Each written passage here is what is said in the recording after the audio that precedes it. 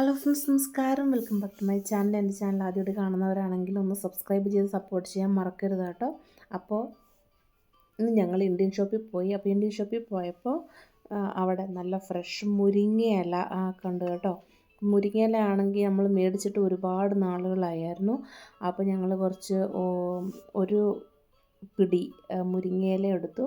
അപ്പോൾ നോക്കിയപ്പോഴാണ് അവിടെ ചക്കക്കുരു ഇരിക്കുന്ന കണ്ടേ. ചക്കക്കുരുവിൻ്റെ ഒരു ചെറിയ പാക്കറ്റ്, അതിൻ്റെ അകത്ത് എത്ര ഗ്രാം ഉണ്ടാവും, ഒരു 50-100 ഗ്രാം ആണെന്ന് എനിക്ക് തോന്നുന്നു. ഇത് 250 3 രൂപയായിരുന്നു ഒരെണ്ണത്തിന്.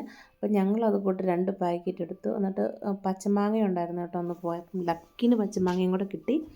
അപ്പം ഞങ്ങൾ എന്നിട്ട് വന്ന പാടെ തന്നെ ചക്കക്കുരുവും പൊളിച്ച് മാങ്ങയൊക്കെ കട്ട് ചെയ്ത് ചക്കക്കുരു മാങ്ങ മുരിങ്ങ കേക്കിട്ടും വെച്ചു. അതുപോലെ തന്നെ നമ്മുടെ മുരിങ്ങ ഇല തോരനും അപ്പോൾ തന്നെ വെച്ചു. അല്ലെങ്കിൽ ഇത് ഇരുന്ന് വെച്ച് കഴിഞ്ഞാൽ അത് വാടിപ്പോകുന്നതുകൊണ്ട് അപ്പോൾ തന്നെ വെച്ചിട്ട് കുറച്ച് ചിക്കനും ഉണ്ടായിരുന്നു, കുറച്ച് അച്ചാറും കൂട്ടി, പിന്നെ കുറച്ച് പപ്പടമൊക്കെ കൂട്ടി അടിച്ച് പൊളിച്ച് സൂപ്പറായിട്ട് ചോറുണ്ട് കേട്ടോ. അതായത് നമ്മൾ നാട്ടിൽ ചക്ക സീസണൊക്കെ ആയി കഴിയുമ്പോൾ നമുക്കിവിടെ ഒരുപാട് മിസ്സിങ് ആണ് നമ്മൾ പുറം രാജ്യങ്ങളിലുള്ളവർക്ക്.